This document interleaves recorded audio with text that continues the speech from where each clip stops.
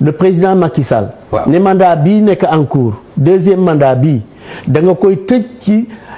anam yi constitution sénégalaise limitée à 2 mandats est-ce que mandat bii mu nekk bokk na ci deuxième mandat. boo mën a oui mais xam nga laa ilaha illallah Muhammadu Rasulullah sallallahu alayhi wa sallam da nga koy dama lay poser ay questions di interpeller les intellectuels sénégalais ak experts yi dama la ne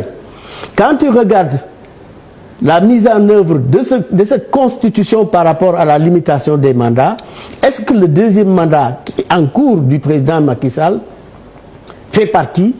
des 2 mandats qui sont visés? D'accord. Voilà donc c'est-à-dire que da nga may poser ay questions mais dañuy dugg nag ci biir ñu waxtaan ci biir. d'accord article bi 27 bi ci constitution li mu wax lu leer la mais li ma la ci bëgg a wax mooy du ma la déggee da nga ma bëgg a wax ni ma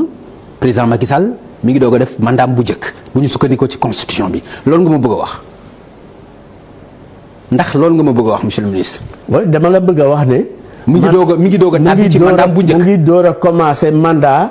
pour bu ñuy compter li constitution en cours wax limiter le nombre de mandats à 2 boo ci sukkandikoo ci constitution bi le président Macky Sall deuxième mandat mooy premier mandat par rapport à la limitation. d'accord. kon 2024 dafa am droit ci beneen mandat.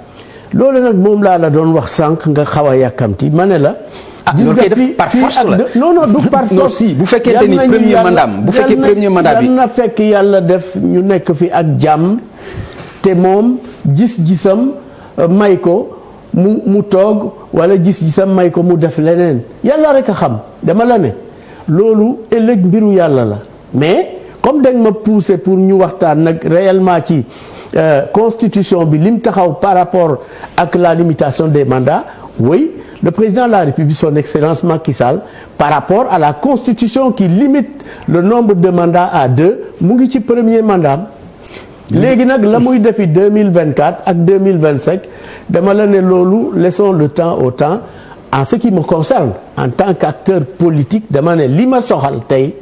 moo di deuxième mandat bi naka la koy doxale déggaat naa nga ni deuxième mandat bi yaakaar naa ni juumuloo ci. non deuxième mandat c'est attention loolu c'est les faits maanaam mënoo bañ a wax ne lii deuxième mandat la mais par rapport ak constitution parce que yow da nga maa bëgg a tënk ci constitution bi fàtte itam la xewoon démb ak barki démb. tënkuma la ci charte réew mi. charte réew mi man tënkuma la ci. charte la constitution. est une loi et une loi pour qu'elle soit rétroactive il faut que ñu stipule que dans la formulation ici il ne s'agit pas d'un cas de rétroactivité qui a été signifié dans les textes donc looloo tax ma ne la rétroactivité yaa ko fi indi non parce que yow boo ma bëggee wax ni ma mi ngi ci premier mandat yow yaa fi bëgg a indi rétroactivité ci boobu loi non ci boobu article non c'est-à-dire que dama la ne bu fekkoon ne day rétroactive dafay agir à partir du premier mandat loolu laa la bëgg a wax c'est-à-dire que constitution bi bu doon biñ koy bind dañu ne le mandat en cours du président de la République fait partie des mandats à compter bu boobaa dafay nekk une rétroactivité day xool gannaaw. or loi du xool ginnaaw. fañ ko tënkee fa lay commencer xool kanam. d'accord loolu laa la bëgg a wax. d'accord esprit bi moom moo ñu ko leeralal yow li ngay wax yëpp mën nañ ko sukkandi ci texte bi waaye esprit bi moom président ci boppam moom moo ñu ne ñaari mandat bu ma ko defee bu ma réew mi ci mandat bu njëkk ba mu ne am naa benn mandat bi maa ngi wut beneen bi buñ ma ko joxee pare naa ci te bëgguma kenn di ma dégg ci ut ñetteelu mandat. xam nga président de la République son excellence Macky Sall nit la rek comme yow comme man charge extraordinaire la am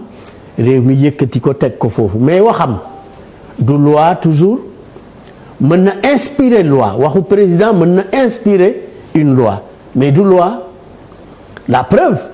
dafa bëggoon wàññi mandat bi de 7 ans à 5 ans. mënu ko te mënoon na ko it de. non mënu ko woon c'est-à-dire que anam yam koy defee moom mooy ay anam yoo xam ne mën na sax créer ay instabilité au niveau du pays xam nga wax ko nii rek yomb na mais ñi xam droit dëggantaan ak conséquences yi xam nga ne moom bu forcé woon ne dafay limiter à 5 ans le mandat de 7 ans da ngay xool conséquences yi ak naka la koy defee xam nga du jaay doole mais teg ko ci yoon ba def ko ba mu réussir xam nga loolu experts yi nga xam ne ñoom ñoo ñuy représenté ci mbiru yoon ak doxalinam ak niñ koy taxawale ñooñu xam nañ ne ay risques yu rëy a ngi ci woon mënu ko def te waxu président de la république c'est vrai kilifa àdduna réew mi la mais nag waxam du loi mën na nag inspirer loi mën nañ ci sukkandiku pour taxawal loi. waxam du loi mooy wax.